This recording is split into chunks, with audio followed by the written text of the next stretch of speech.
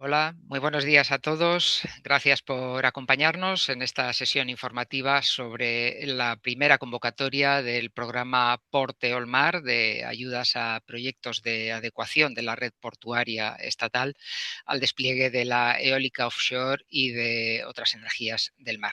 Programa pionero, inédito, que gestiona el IDAE con una dotación de 212 millones de euros de fondos Next Generation, canalizados a través del Plan de Recuperación, y cuyo plazo de presentación de solicitudes se abrirá esta misma semana, este miércoles, día 28, y permanecerá habilitado hasta el próximo 3 de marzo.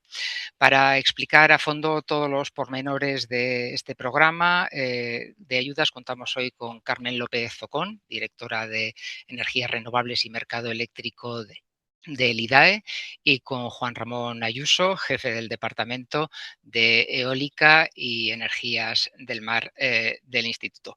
Ellos serán los encargados de dar a conocer todos los detalles, requerimientos y toda la información precisa. Al término de sus intervenciones abriremos, como siempre, un turno de preguntas en directo hasta donde nos alcance el tiempo, pero en todo caso todas las preguntas, tanto las que se contesten aquí como las que lleguen a través del chat o del buzón de correo electrónico de la propia convocatoria, nuestra sede electrónica, todo ello se volcará. Todas esas preguntas y sus respuestas correspondientes se volcarán en el documento FAQ asociado a la propia convocatoria y que está disponible o estará disponible a la mayor brevedad en nuestra sede electrónica. Igualmente, este webinar se está grabando y estará disponible todo el contenido, incluidas las presentaciones que se proyecten, a través también de nuestra web, redes sociales, canal de YouTube del IDAE, para que quienes no han podido, no puedan acompañarnos ahora, puedan verlo, o igualmente se pueda revisar los contenidos aquí volcados.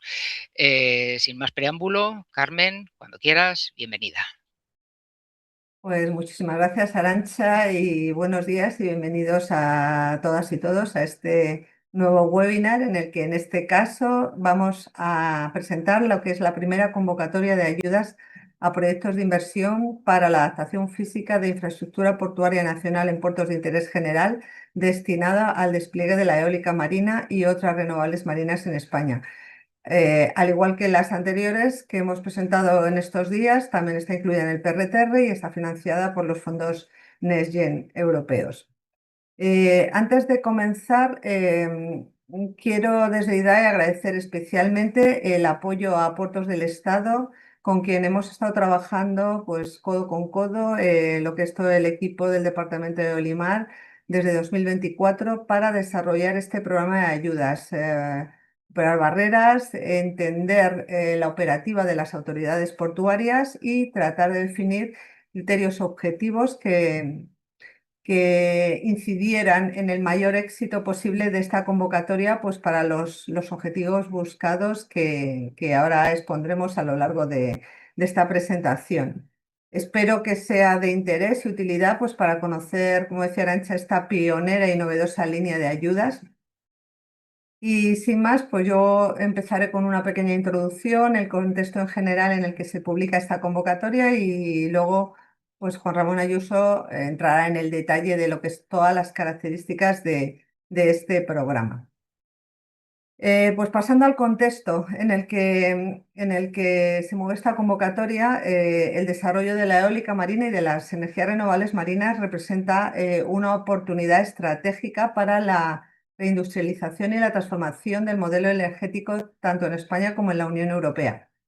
Estas tecnologías requieren una cadena de valor industrial compleja que abarca desde la fabricación de grandes componentes hasta todo lo que son las actividades de ensamblaje, logística, operación y mantenimiento.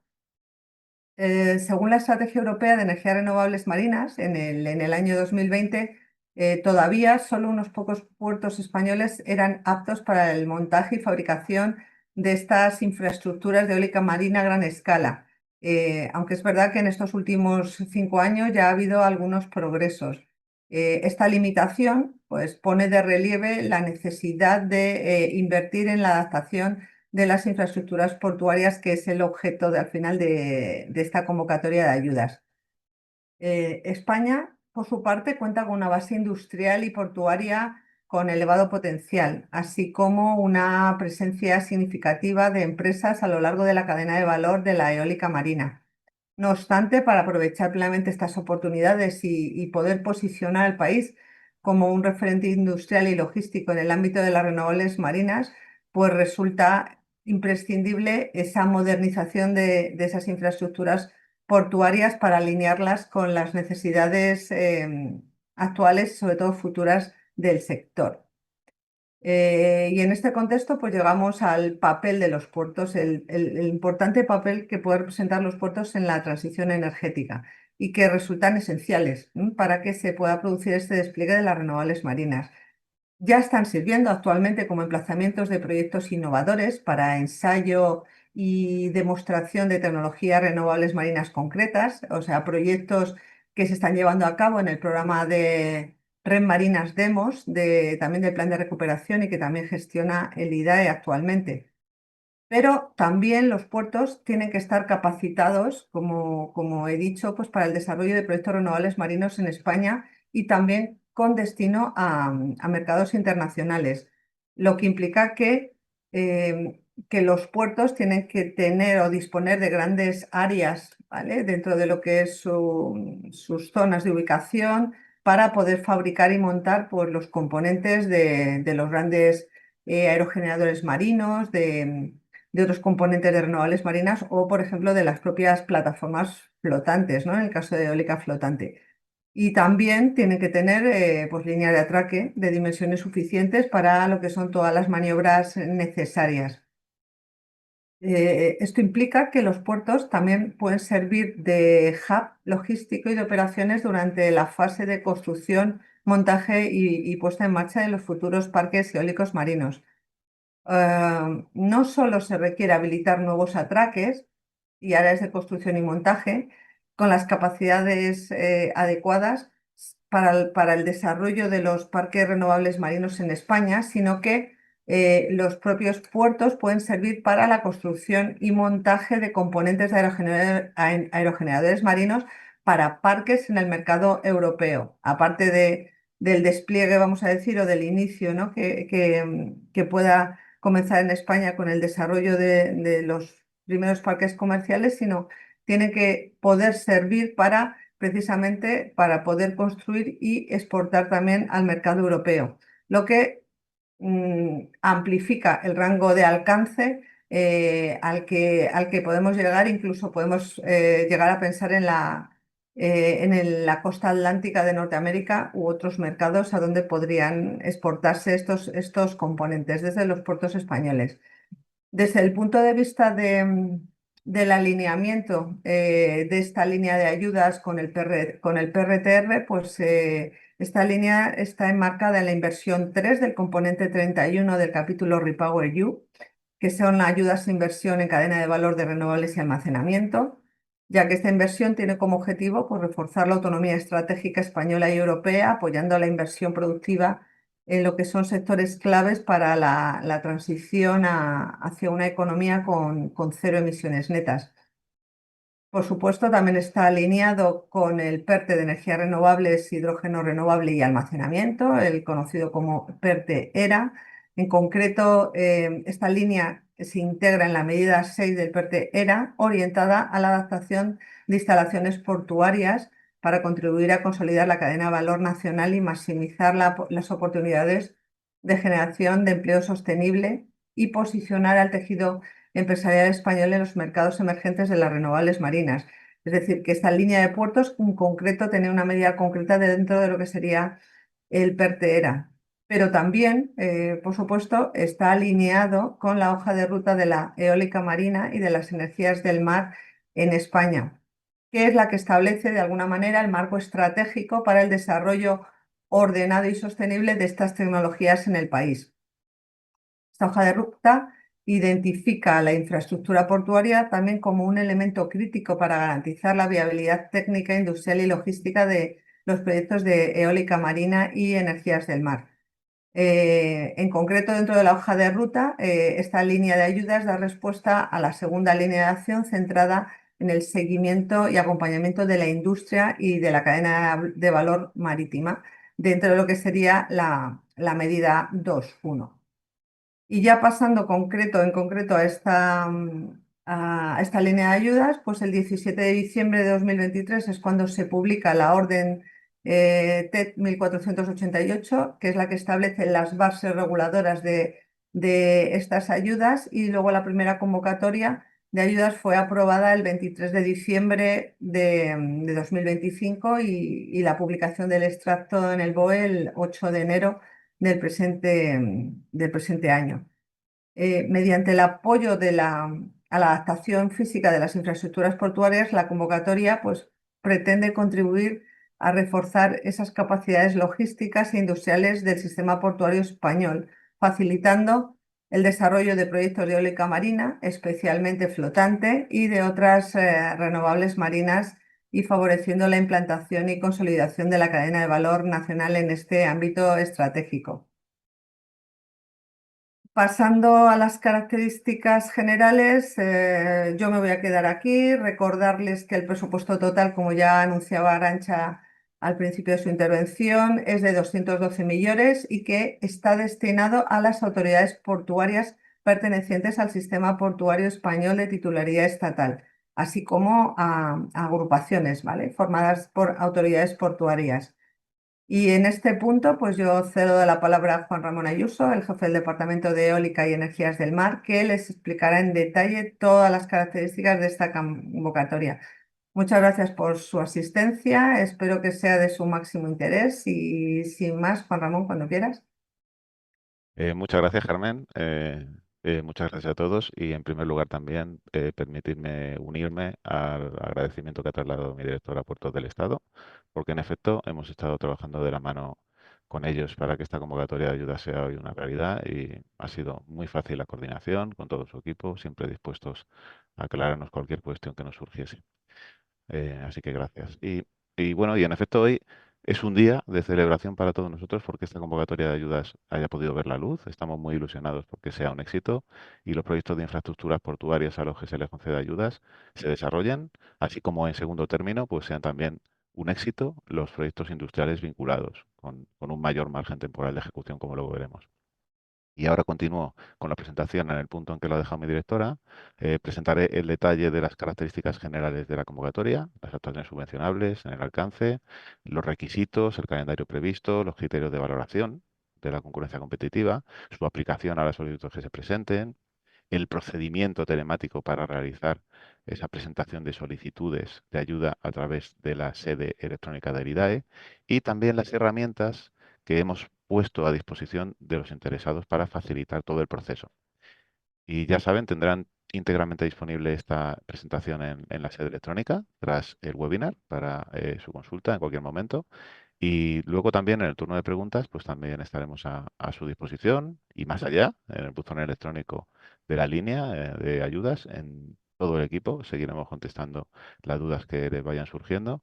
Así que, bueno, recordad también que tienen disponible una primera versión del documento de FAQ, de respuestas a preguntas frecuentes en la sede electrónica, si acceden a la sede. Y bueno, y trataremos de centrarnos en el turno de preguntas en responder las que ya habéis lanzado en el chat del webinar, las que también pues, se puedan haber lanzado en el buzón. Em, Sobre las características generales, lo primero, no constituyen ayudas de Estado, pero para ello tuvimos que incluir el condicionante relevante de vinculación a un proyecto industrial que detallaré a continuación. Importante, se abrirá el plazo de presentación de solicitudes desde pasado mañana, el miércoles 28 de enero, pero van a tener más de un mes para formalizar la solicitud. Que se podrá abrir un borrador, se irán guardando los cambios, podréis ir incorporando documentación hasta el momento de formalizar la presentación con justificante de registro de entrada. Por favor, esa presentación de solicitudes que no sea el último día, porque siempre aparecen problemas técnicos en el último momento y puede conducir a la frustración si no presentan en el tiempo, porque dejaría de entrar esa solicitud. Así que hay un plazo límite Si se puede presentar las solicitudes el viernes 27 de febrero, mejor que el lunes 2 de marzo y desde luego mejor que el último día, el martes 3 de marzo. Y sobre el plazo de la ejecución, el plazo disponible serán 48 meses desde la resolución de concesión de ayudas. Como resolveremos durante este 2026, prevemos resolver a finales del primer semestre, pues el plazo de ejecución sería hasta finales del primer semestre de 2030 y de ahí los proyectos industriales vinculados tendrían 5 años más para su ejecución y justificación. Los destinatarios de las ayudas. ¿Por qué son las autoridades portuarias gestores de aeropuertos de interés general? Pues porque solo a estos les aplica alguna de estas circunstancias que entendemos relevantes, o que se efectúen en ellos actividades comerciales marítimas internacionales, o que su zona de influencia comercial afecte de forma relevante a más de una comunidad autónoma, o que sirvan a industrias o establecimientos de importancia estratégica para la economía nacional, o que el volumen anual de las características de sus actividades comerciales marítimas alcancen niveles relevantes respondan a necesidades esenciales de la actividad económica general del Estado o aquellas que constituyan elementos esenciales para la seguridad del tráfico marítimo. Esto es lo que hace que el escenario de salida sean los puertos de interés general.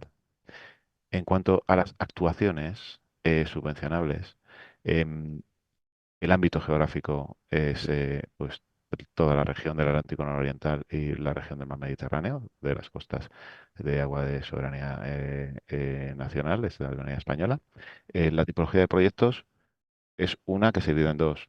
Los proyectos de infraestructuras pueden ser en un único puerto, por una única autoridad portuaria, que son y tienen que ser de inversión pública para esa adaptación física de infraestructuras portuarias básicas que ha comentado mi directora y destinadas al despliegue de la eólica marina y otras energías renovables marinas y su cadena de valor. Pero también está la tipología de proyectos de infraestructuras multipuerto.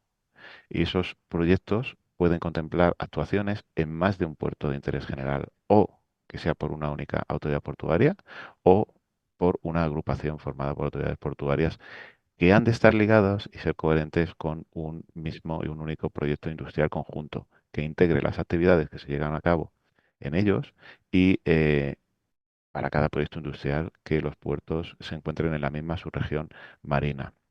A efectos de elegibilidad de las actuaciones, solo se admitirán aquellas cuya fecha de inicio de ejecución sea posterior al 1 de febrero de 2022. Pero 2022 no tienen por qué iniciarse ahora, sino se pueden haber iniciado ya.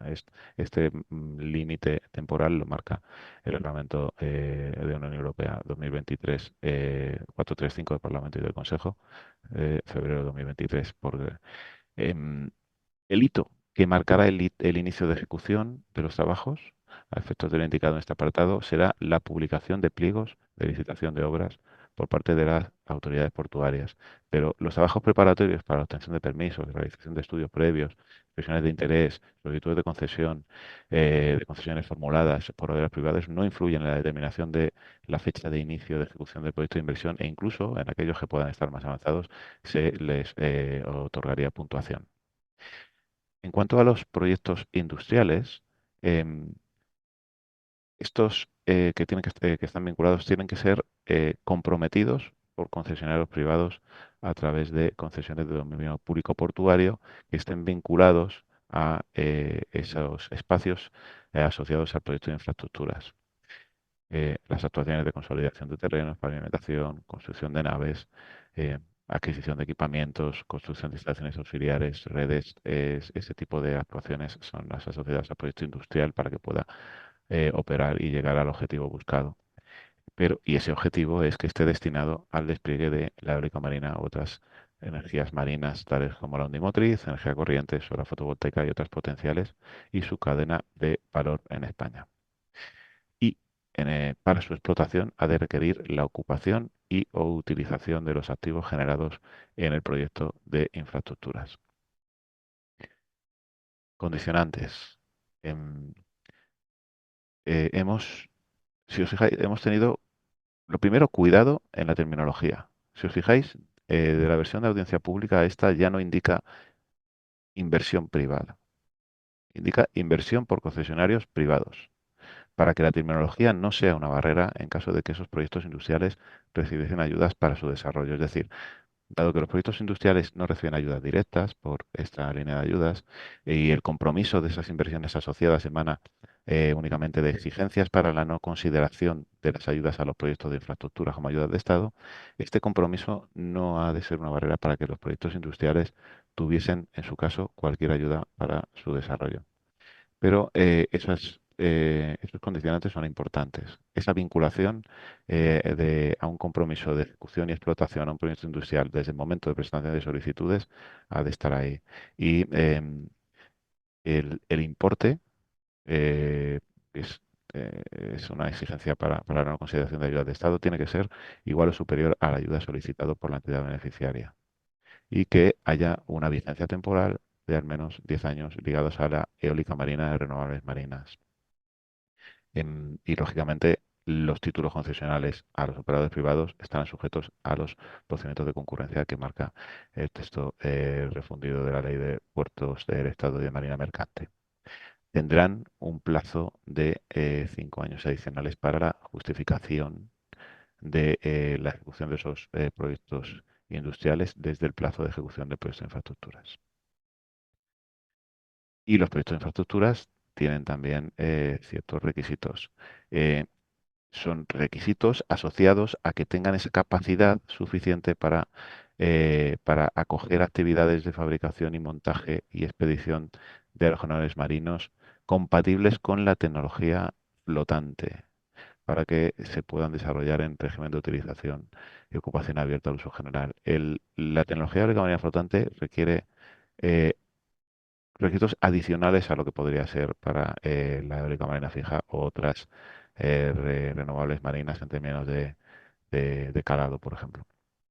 Por eso, los requisitos mínimos estamos hablando de que haya un atraque mínimo de al menos 300 metros, que la longitud mínima de la línea de ataque sea 300 metros, que el calado mínimo en muelle y en canal de navegación sea de 15 metros, condiciones de vaso mar equinoccial, superficie mínima de explanada asociada a 15 hectáreas y se reduce por sus características eh, lógicas en Canarias a 10 hectáreas por la menor disponibilidad de terreno.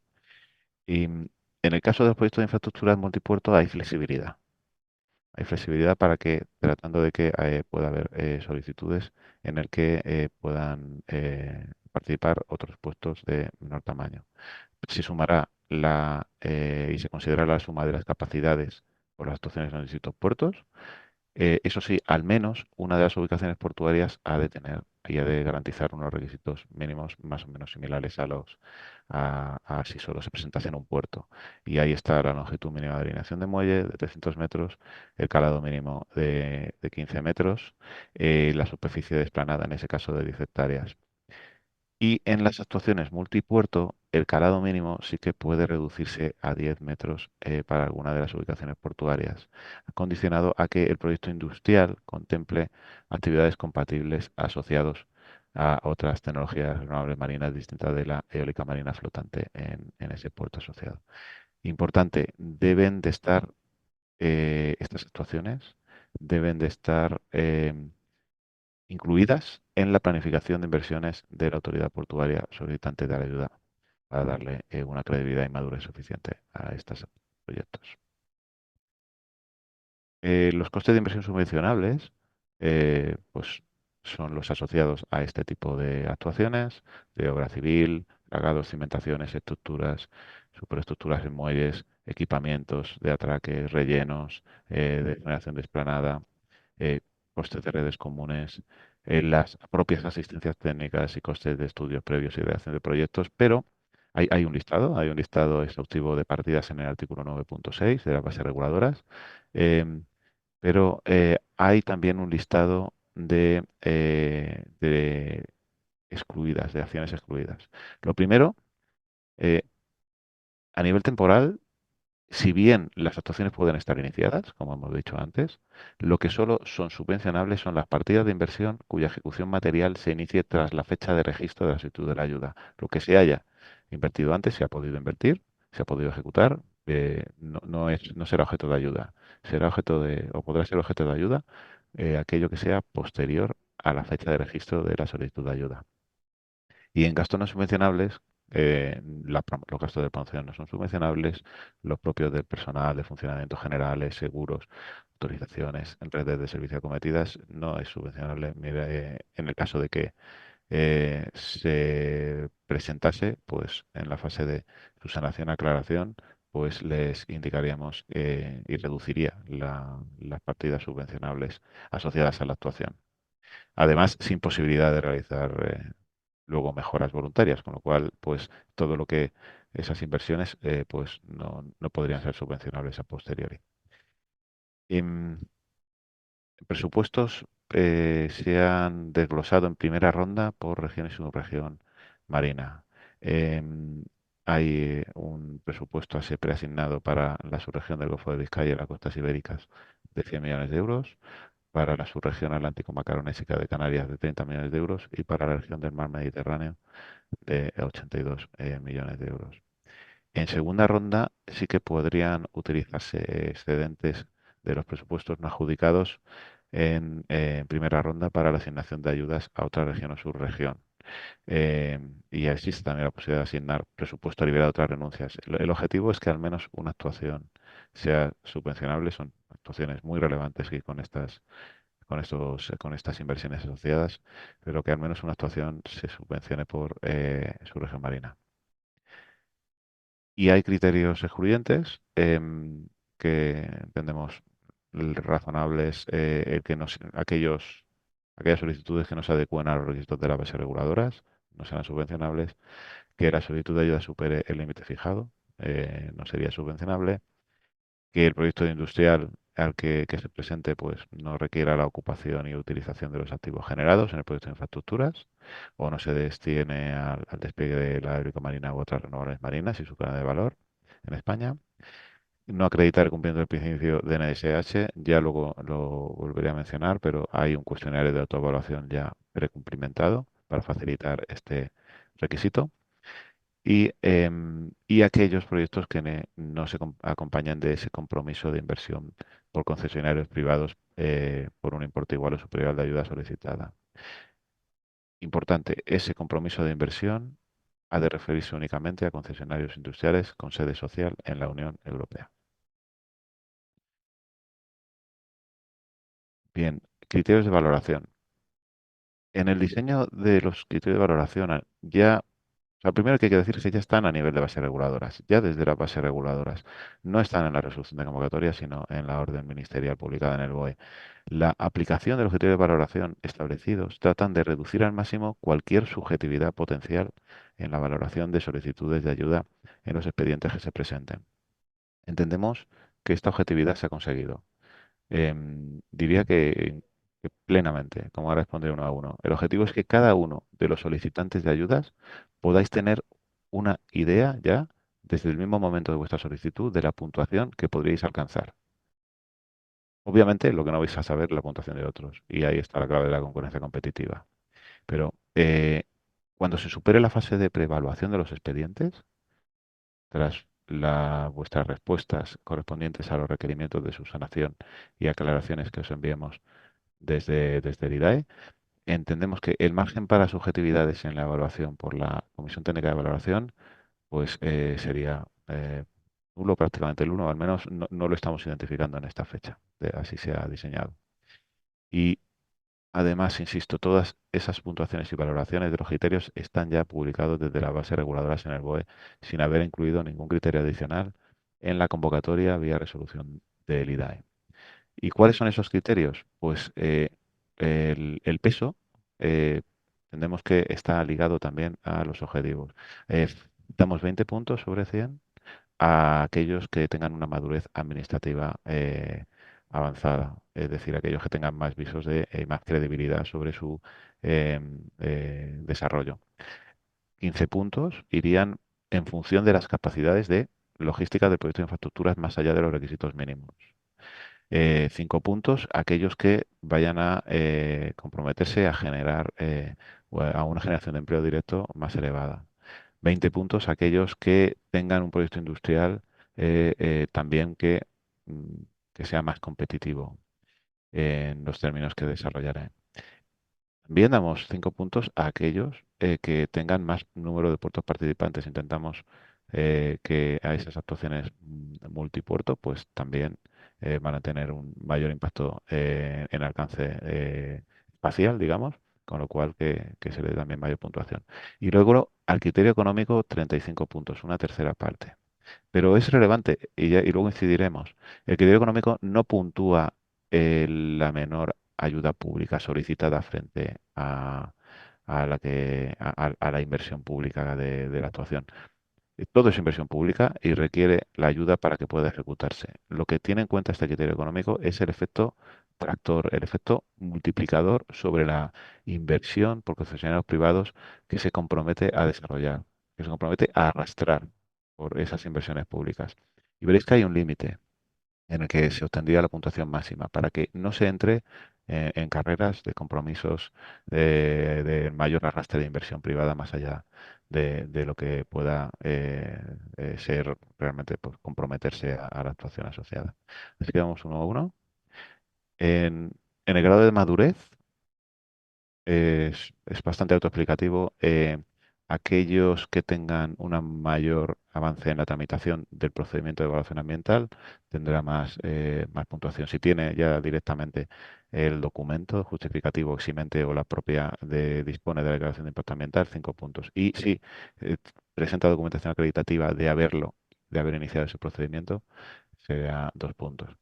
En el caso de la tramitación del informe sobre compatibilidad con estrategias marinas, también si dispone ya de ese informe favorable, 5 puntos.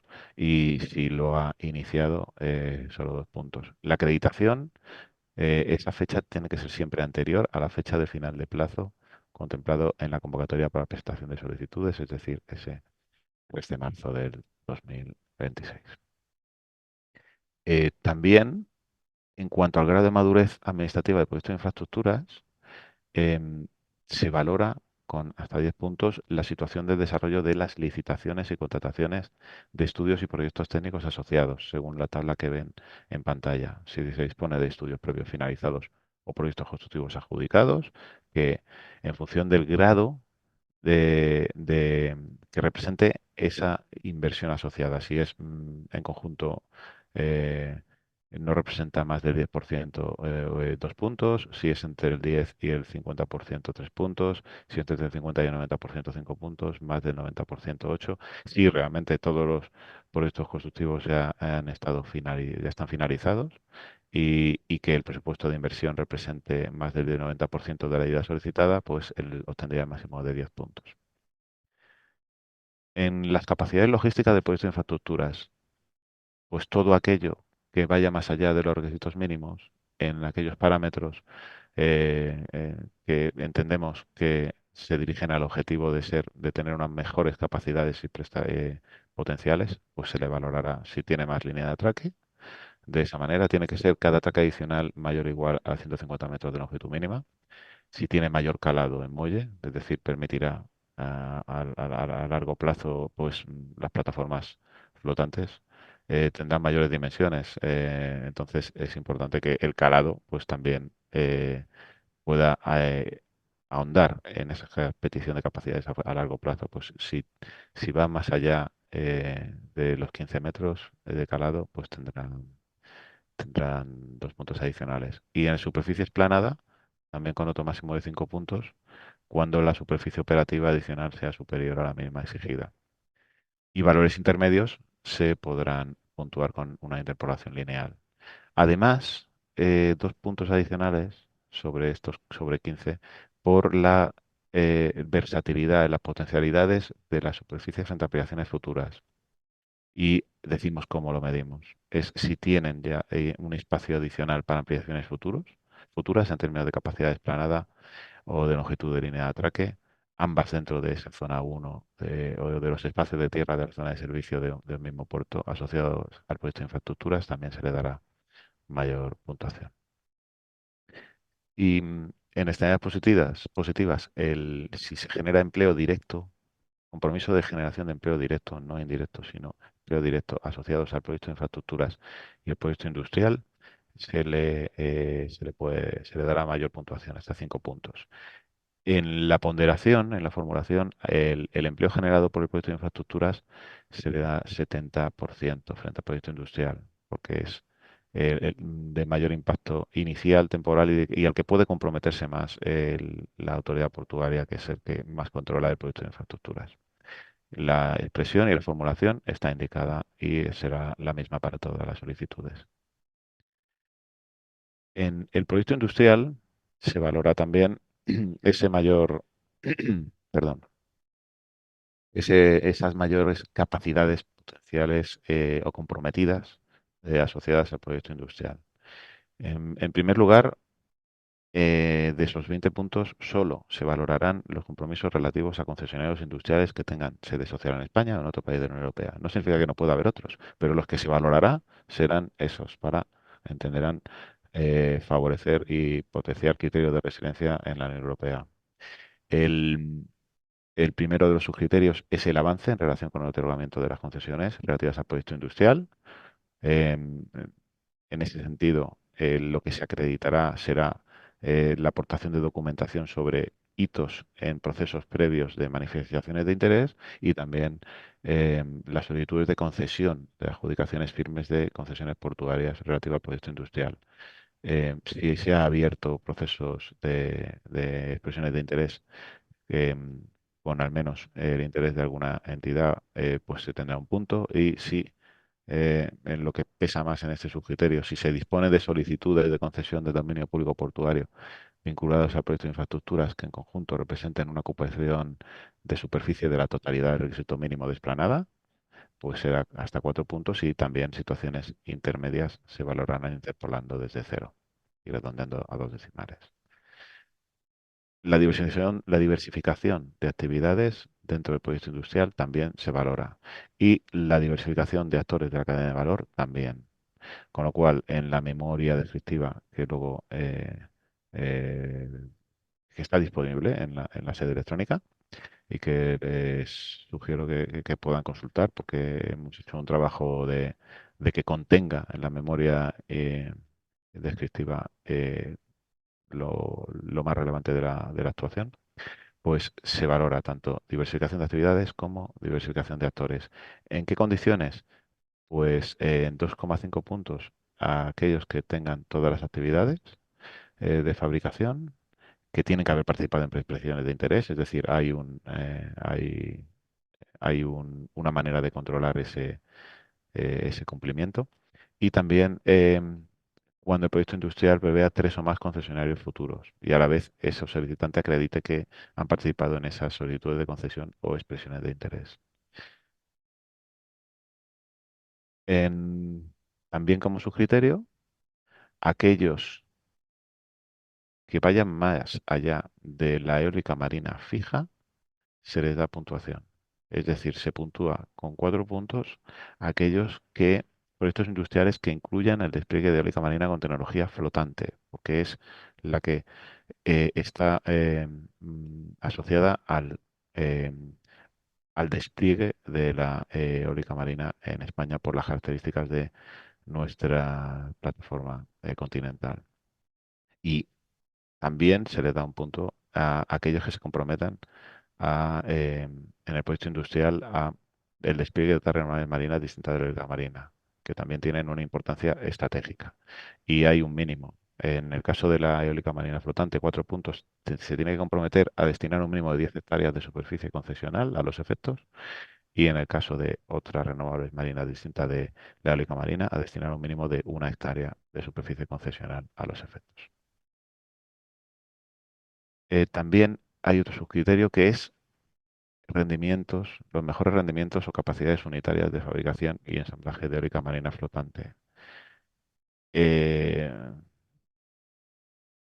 este punto, evidentemente, como veis, va a ser complicado llegar a las máximas puntuaciones, pero está ahí en la escala por si acaso. Lo que se valora es las capacidades del proyecto industrial para permitir producir, ensamblar y expedir al menos 12 aerogeneradores marinos de tecnología flotante al año, serían 2 puntos. Si es eh, entre 24 y 35, 3 puntos. Si es entre 36 y 47, 4 puntos. Eso es una brutalidad. para conseguirlo por las dimensiones que tienen los proyectos, pero se valora esos mejores rendimientos o capacidades unitarias. Eh, en cuanto al número de participantes, pues hasta 5 puntos por multipuerto. Eh, en concreto, si 2,5 puntos por cada puerto adicional. Y el criterio económico, que es muy relevante, aquí es una tercera parte, más de una tercera parte, de 5 puntos. Estamos hablando de esa mayor puntuación que se otorga a aquellos que presenten una mayor ratio de inversión total comprometida frente a la inversión pública objeto de ayuda. Pero hay un umbral de exclusión en el criterio económico.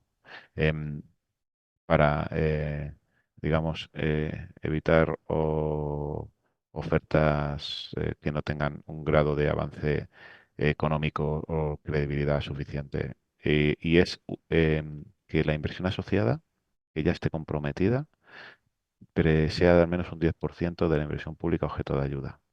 Es decir, tienen que acreditar, disponer de solicitudes de concesión con garantía provisional o definitiva depositada de al menos un 10% a lo que se pide ayuda.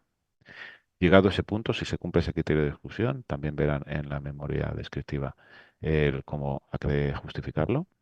Em, Se puede obtener los 35 puntos cuando el ratio de inversión total em, respecto a la inversión pública objeto de ayuda sea mayor o igual de 3. Es decir, llegando a 3 ya se obtendría ese 35 puntos. Si está entre 2 y 3 habría una interpolación lineal. El 2 es obligado, porque ya hemos dicho antes que el compromiso tiene que ser como mínimo igual a la ayuda solicitada y se interpolaría. Pero la inversión total es la suma de inversión pública objeto de ayuda objeto de solicitud de ayuda de proyecto de infraestructuras y la inversión por concesionarios privados comprometida del proyecto industrial. Y, importante de nuevo, solo se han de indicar aquí los compromisos de inversión relativos a concesionarios industriales que tengan sede social en la Unión Europea. Bien, el calendario previsto. Ya veis que es muy ajustado. Hemos tratado de definir criterios de valoración con el menor grado de subjetividad posible para facilitar la fase de evaluación, porque tenemos que ser muy ágiles en el IDAE para reducir los tiempos en cada fase. Hemos tratado también de reducir los documentos a presentar, de manera que en el formulario generado, al presentar las solicitudes, las declaraciones responsables de obligado cumplimiento que sean de generación automática se firmen en el propio formulario. Y, y aquí tiene el calendario. Esperamos que en junio, deseablemente, y si no, pues en julio, pues pueda recibirse la resolución definitiva que incluirá una lista de reserva que tendrá validez durante 6 meses por si hubiera renuncias posteriores. Hay posibilidad de asignación parcial de ayudas, pero con los excedentes, digamos, pero solo si se mantuviese el compromiso de ejecución por la totalidad de la actuación objeto de solicitud y se acompañase de un plan financiero que acreditase la capacidad financiera de la entidad beneficiaria para hacer frente al pago del presupuesto no confinanciado por la ayuda parcial asignada. La presentación de solicitudes se realizará toda a través de sede electrónica. Ahí tenéis ¿dónde? En trámites y servicios. Hay una directamente para la Administración General del Estado, Puerto del Mar. Y será con certificado electrónico para acceder al trámite necesario para iniciar el trámite de nueva solicitud. Está en la sede electrónica específica que espero que ya todos conozcan. Hay una guía de usuario para el tramitador de expedientes donde dice paso a paso cómo sería el procedimiento. Está en la sección adjuntos.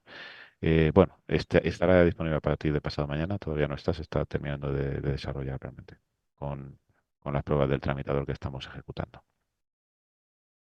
Y el formulario de solicitud es importante, permite guardar los progresos desde la generación del expediente y permite ir incorporando la distinta documentación hasta la presentación final de la solicitud, a medida que se vayan disponiendo hasta que se dé al clic de formalizar la presentación de solicitud. En la sección adjuntos hemos hecho un ejercicio de facilitar en lo posible que todos los documentos ya estén precumplimentados. Hay documentos en PDF editables, solo la parte que se tiene que indicar el compromiso de declaración responsable. Em, Hay algunos que están automáticos en el formulario, que serían para, en el caso de una autoridad, una única autoridad portuaria. Sí hay agrupaciones formadas por varias autoridades multipuertos, formadas por varias autoridades portuarias. Las restantes autoridades portuarias también tienen que comprometerse en el ámbito de su actuación para su puerto. Por eso hay también algunos editables que ponemos miembro agrupación. Los que ponen miembro de agrupación significa que si no, si no es una agrupación multipuerto, ya estarían automatizados integrados en el formulario al registrar la solicitud de ayuda. Y luego lo esencial es de requisitos mínimos, pues multipuerto, de compromiso de inversión privada, em, y los editables en Word de la memoria de evaluación del DNSH y de la memoria descriptiva. La memoria descriptiva tiene varias partes. Tiene una parte asociada al proyecto de infraestructuras, otra al proyecto industrial y otra a ir más allá en el grado de avance y compromisos a efectos de la aplicación de los criterios de valoración. Em, Entendemos que el entender bien esta memoria descriptiva pues les facilitará también la presentación de solicitudes y nos facilitará también a nosotros esa aplicación del objetivo de valoración. Por eso está diseñada pidiendo información esencial e indicando también aquellos que son información informativa, digamos, o información no comprometida. Los compromisos son los que se aplican a efectos de criterio de valoración y los que tienen esa repercusión.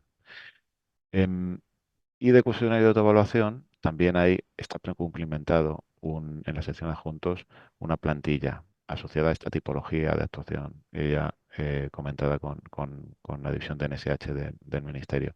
Pero se da responsabilidad del solicitante que su contenido sea el correcto, adecuado a su actuación, ¿vale? Y se puede editar a los efectos. La justificación del cumplimiento de los compromisos de este cuestionario y de esta memoria de evaluación sustantiva estará asociada o se realizará al finalizar la actuación. Hay unas obligaciones de publicidad para las entidades beneficiarias, de carteles temporales y luego carteles tras la ejecución de las actuaciones en lugares visibles. Es una obligación asociada a todas las actuaciones que se subvencionen del marco de plan de recuperación y de resiliencia. Y en la presentación de solicitudes nos tenéis ahí en todo momento. Las consultas específicas para las consultas específicas de bases y de convocatoria, utilizad el buzón solicitudes.port.eolimar@idae.es. Estamos el equipo respondiendo con la mayor agilidad que seamos capaces. Y vamos a estar ahí durante todo el proceso de presentación de solicitudes. También más allá, es decir, este buzón estará durante el desarrollo de las actuaciones para las entidades beneficiarias y luego para incidencias informáticas, incidencias técnicas en la presentación de la solicitud, también tiene al equipo TIC, al equipo de soporte informático para cualquier aclaración adicional que sea menester. Además, el documento de respuestas a preguntas frecuentes, que ya está en una primera versión, es un documento dinámico, no es vinculante, sino orientativo, es decir, en caso de discrepancia se tendrá en cuenta lo que establece la base y la convocatoria, pero tenemos mucho cuidado en responder a esas dudas que van más allá. Y es un documento vivo que también elaboraremos una segunda versión antes de finalizar el plazo de prestación de solicitudes con aquellas dudas adicionales que nos pongan o incluso las que tengáis ahora mismo en el webinar. Así que pasamos al turno de preguntas y respuestas y a vuestra disposición en este momento para cualquier duda que pueda surgir. Paso la palabra a la moderadora. Muchas gracias, Juan Ramón. Gracias, Carmen. Y efectivamente, pasamos ya a las preguntas a las que han ido llegando. Algunas están contestando ya por escrito en el chat, pero tenemos unas que debamos a pasar directamente, Juanra, para de viva voz que les dé respuesta. ¿Por qué se limita los proyectos elegibles a calados superiores a 15 metros? ¿Y por qué se limita por extensiones de más de 15 hectáreas? Bien, Vale, es importante en este punto recordar que la tecnología que se va a desarrollar en los parques eólicos marinos en España a gran escala, por las características de nuestra plataforma continental, como he dicho, va a ser de eólica marina flotante.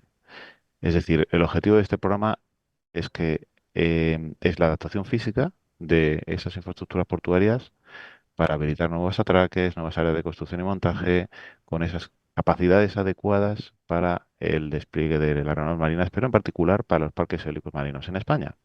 Y que esa eólica marina flotante pues pueda desarrollarse. Tienen que ser aptas para la construcción, flotación, ensamblaje de esas plataformas in situ. Entonces, en estos espacios se construirán esas plataformas flotantes y para el ensamblaje y transporte de esas estructuras flotantes semisumergibles, barcazas, los puertos requieren pues mayores profundidades, con calados en el muelle que en general pues deben ser mínimo 12 metros para gestionar la base de las plataformas antes de ser remolcadas, pero pensando en el largo plazo y en que las dimensiones de las plataformas flotantes em, tienen que ir más allá en ese largo plazo, van a ir más allá, van a ir de esas dimensiones, hemos incluido el mínimo de calado de 15 metros. Esas nuevas capacidades han de ser adecuadas también en ese largo plazo. Y también más allá de ese calado, como hemos puesto, estamos valorando mayor puntuación. Y en cuanto a las 15 hectáreas de requisito mínimo, estamos hablando de infraestructuras portuarias que han de permitir almacenar, construir, ensamblar, transportar de manera simultánea varias unidades. O sea, piensen que cada plataforma flotante, solo una plataforma flotante ocupará una hectárea y ya construida, es decir, espacio, más el espacio adicional que sea necesario para esa construcción. Y también por eso damos más puntuación si el proyecto de infraestructuras admite mayor extensión. Vale, gracias. Otra cuestión, ¿es posible presentar una solicitud de subvención, inversión pública, por un importe inferior al que figura en el plan de inversiones de la autoridad portuaria para esa actuación? Sí. Vamos a ver. Según el artículo, según las bases reguladoras, la actuación por la que se solicita la ayuda debe estar incluida en el plan de inversiones vigente de la autoridad portuaria. Por lo que, en principio, se aceptaría que el importe solicitado en el programa Puerto y Mar fuese inferior al aprobado en el plan de inversiones vigente, siempre y cuando, ese es el matiz importante, la inversión privada sea por un importe igual o superior a la ayuda concedida. ¿Mm? Si fuera el caso que el importe de la inversión pública objeto de la ayuda fuera superior al aprobado en el plan de inversiones de la autoridad portuaria, pues habría que analizar la justificación que aportase el solicitante en la fase de preparación de los expedientes para concluir si sería o no admisible. Por ejemplo, se me ocurre algún caso gris cuya, cuya conclusión pues requeriría de una mayor profundidad. Por ejemplo, que el solicitante, que la autoridad portuaria acreditase que tiene una ampliación del plan de inversiones en curso, motivado en incrementos del alcance o de costes justificados y que se comprometa a aportar la actualización de la extensión del plan de inversiones antes de la resolución definitiva de las ayudas. Se me ocurre. En cualquier caso, para eso está la fase de preevaluación y se enviaría un requerimiento de subsanación, de aclaración a la entidad solicitante de ayudas en esos casos grises. Vale. Muy bien. ¿Y si parte de la inversión del proyecto de infraestructuras es financiada por la autoridad portuaria, se tendrá en cuenta este importe para el cálculo de la ratio, el coste inversión total público en lugar de cuantía solicitada? Vale. Según se indica en el anexo 1.2 del criterio de valoración de las bases reguladoras, en su apartado F, la ratio de ese criterio económico es la relación entre la inversión total comprometida frente a la inversión pública objeto de la ayuda en el denominador. Inversión pública objeto de la ayuda en el denominador. Esta inversión pública es a la que se referiría y es la que debería estar incluida en el plan de inversiones. Si parte de la inversión es financiada por cuenta de la autoridad portuaria, no se tendría en cuenta para el cálculo de la ratio del criterio económico. ¿Por qué? Porque la expresión indica que el numerador es la inversión total comprometida como suma de esa inversión pública objeto de ayuda más la inversión por concesionarios privados. Es decir, cualquier otra inversión pública por la autoridad portuaria para la que no requiere ayuda no está comprometida ni tendrá que acreditarse. Entonces, y por tanto, no afecta ni a la ratio ni en el denominador ni en el numerador. Vamos, hablamos de plazos. ¿Cuál es el plazo máximo para ejecutar en su totalidad la inversión del proyecto industrial asociado al proyecto de infraestructuras? Es una buena pregunta porque realmente, en efecto, la fecha no está determinada. Diría que tampoco estaría del todo determinada incluso cuando publiquemos la resolución definitiva de concesión de las ayudas. Me explico. De acuerdo con el artículo 21 de las bases reguladoras, el plazo de realización de las actuaciones objeto de la ayuda es decir, el proyecto de infraestructuras no podrá exceder de 48 meses desde la resolución de concesión. Lo he dicho antes. Por ejemplo, si consiguiéramos que la resolución definitiva se publicase el 30 de junio de 2026, la fecha, es decir, a priori o como mínimo, en la que expiraría el plazo de realización de las actuaciones sería el 30 de junio de 2030. Bien. Por otra parte, de acuerdo con el artículo 23.2, la justificación de la ejecución de las inversiones por concesionarios privados se tendrá que realizar en el plazo máximo de 5 años, contados a partir de la fecha en la que expirase ese plazo para realización de la actuación objeto de ayuda. Con ello, y vuelvo a decir, a priori y como mínimo, el plazo para la justificación de las inversiones realizadas por concesionarios privados asociadas al proyecto industrial sería el 30 de junio de 2030, si fuera la resolución definitiva, el 30 de junio de 2026. Y esta sería la fecha máxima en la que la documentación justificativa tendría que entrar en el registro del IDAE, según el artículo 23 de las bases reguladoras. Aquí viene el primer matiz. La fecha de ejecución del proyecto industrial no está determinada, sino la del registro de la justificación documental. No sabemos lo que tardará la autoridad portuaria en preparar esa justificación documental.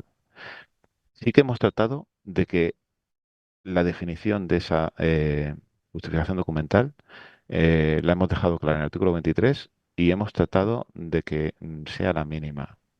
Es decir, una memoria técnica justificativa de la ejecución, una memoria económica abreviada acreditativa de la realización de las inversiones comprometidas y un informe de un auditor inscrito en el ROAC que certifique que el importe comunicado es correcto. Esas tres cosas. Pero ese alcance, que es el mínimo que entendemos necesario para justificar el proyecto, es muy inferior a la justificación del proyecto de infraestructura del artículo 22. Pero no termino de contestar. Antes dije a priori y como mínimo. ¿Por qué? Porque a partir de la resolución definitiva, cada expediente que resulte beneficiario por las autoridades portuarias tiene su vida propia. Y las bases reguladoras contemplan cierta flexibilidad. Son unos meses, no demasiado, eso sí, pero contempla cierta flexibilidad en el plazo de realización del proyecto de infraestructuras. En particular, en su artículo 21.2 admite, bajo causas sobrevenidas que no puedan preverse, que no pudieran preverse en el momento de la solicitud, una ampliación del plazo máximo hasta el 31 de diciembre de 2030. Y si se pidiese y se aprobase, los 5 años para justificar el proyecto industrial contaría desde esa fecha ampliada, es decir, podría llegar hasta el 31 de diciembre de 2035. Me he extendido un poco, perdón. Son cuestiones importantes. Conviene dejarlas bien aclaradas en la medida de lo posible.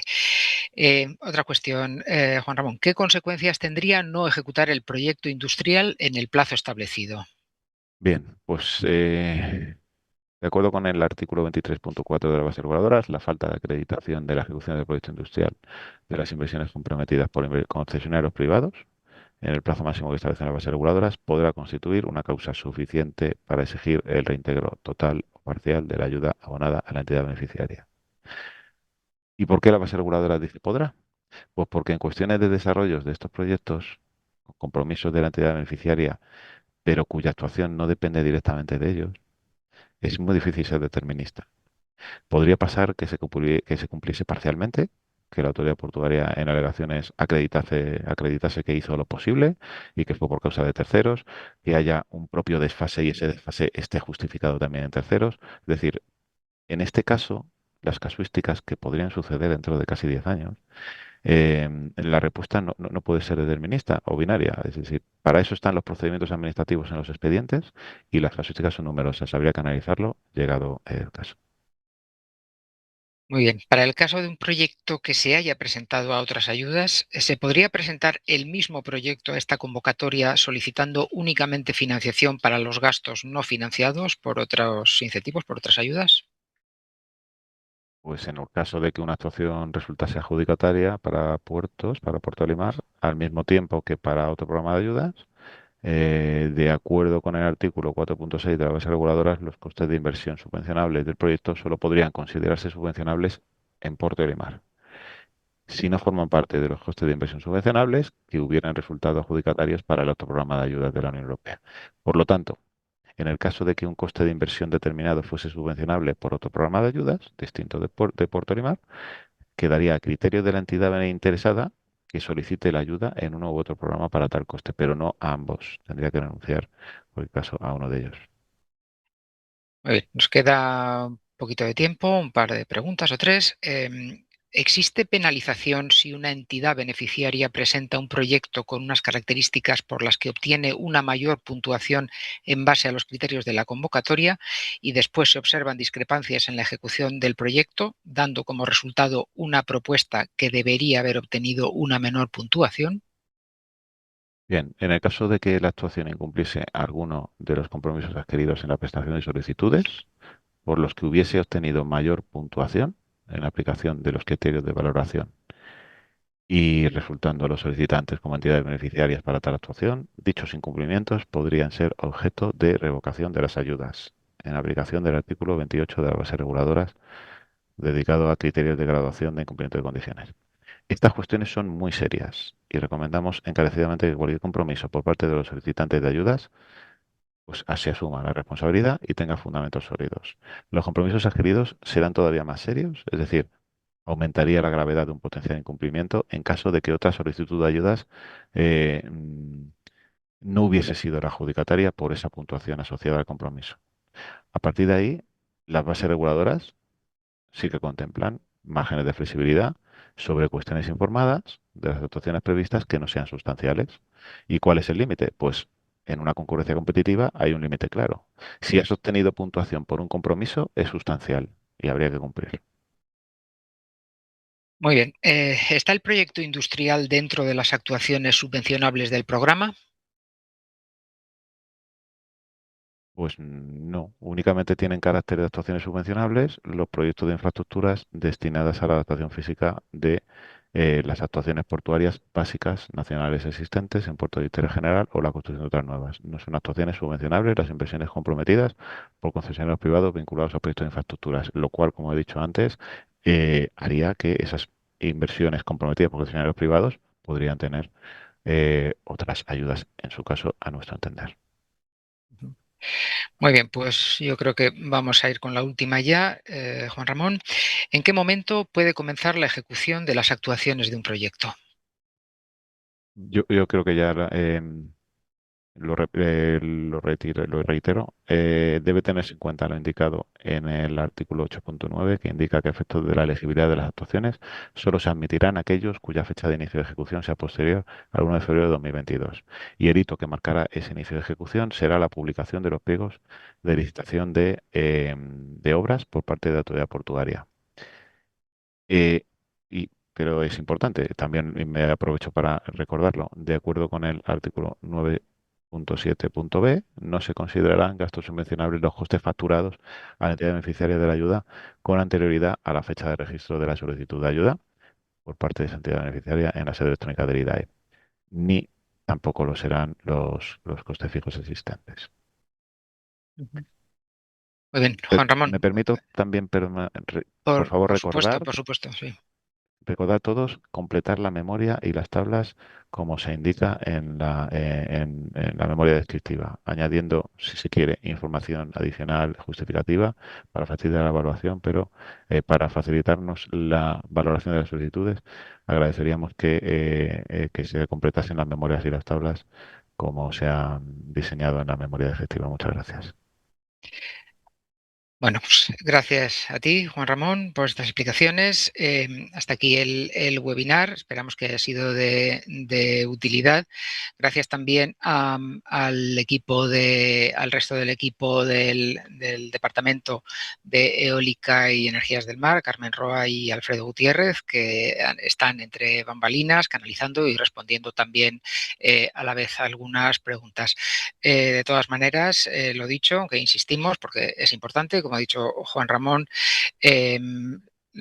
todos los cauces para informarse están abiertos, el buzón de la convocatoria que está en nuestra sede electrónica, el del departamento, en fin.